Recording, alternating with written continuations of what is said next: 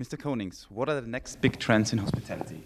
A lot of trends in hospitality. But first, of course, the importance of thinking in terms of the baby boom generation. Baby boomers are about to leave the work having 2.5 times more money to spend, and they will spend. It's the first generation likely to spend the money into travel, hospitality, tourism. So a very large group of people coming into the hotels the next couple of years are people now between 50 and 70 years of age. And they have to be treated not as 50 to 70 years age people, but like 30-somethings, because the people between 50 and 70 are the baby boom, sex, drugs, and rock and roll people. So don't think in terms of senior marketing. Another trend important is radical transparency. Radical transparency means that you have to be honest with your clients. So it's not enough to say on the mirror of a bathroom, reuse your towels because nature loves that idea. But say, reuse your towels, it's good for nature, but we also can save money and we give you the money back. And this is what youngsters, the millennial generation, is now asking for, being more honest. And third thing, being more serendipitous. What is serendipitous behaving or serendipity? It's taking the aha-erlebnis back into the experience of a hotel room. With all respect, a lot of hotel rooms are predictable, and a lot of hotel experience is rather predictable.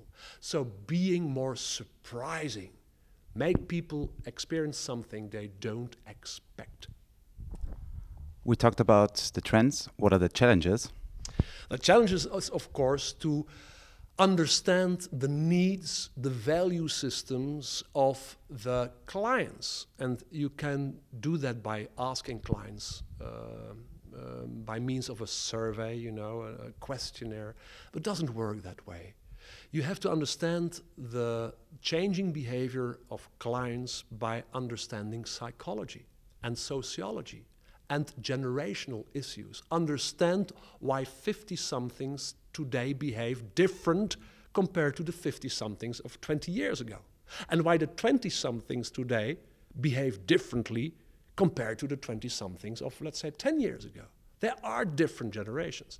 And we are likely, as 50-somethings, to think of 20-somethings as totally not so good, or vice versa, 20-somethings, the baby boomers are not so good, but try to understand why the 20-somethings are doing different things compared to yourself. And if you understand these generational differences, you can also make your service and your product absolutely client-proof. If you understand why the 20-somethings are behaving differently and you can adjust your offer to that generation, it will work better. That is a challenge, of course, for your industry.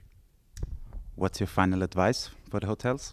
My advice is, don't think at first in terms of digital, but in terms of phygital. And phygital is the combination of physical and digital at the same time. People are thinking we have to take a lot of technology on board, which is important also for your industry. Apps, convenience by means of technology, the website, of course, communication by means of technology, wonderful. But don't forget the most important determining factor in hospitality, and this is empathy.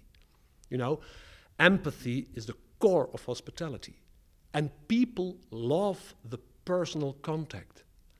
Aside technology, the personal face-to-face contact, listening to someone with the voice of real people, not with the voice of a Siri or a Alexa kind of voice-enabled concierge system.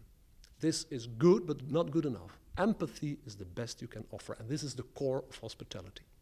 And not only for the baby boom generation, but also for 20 and 30-somethings. The so-called digital generation loves the idea of a physical, analog contact.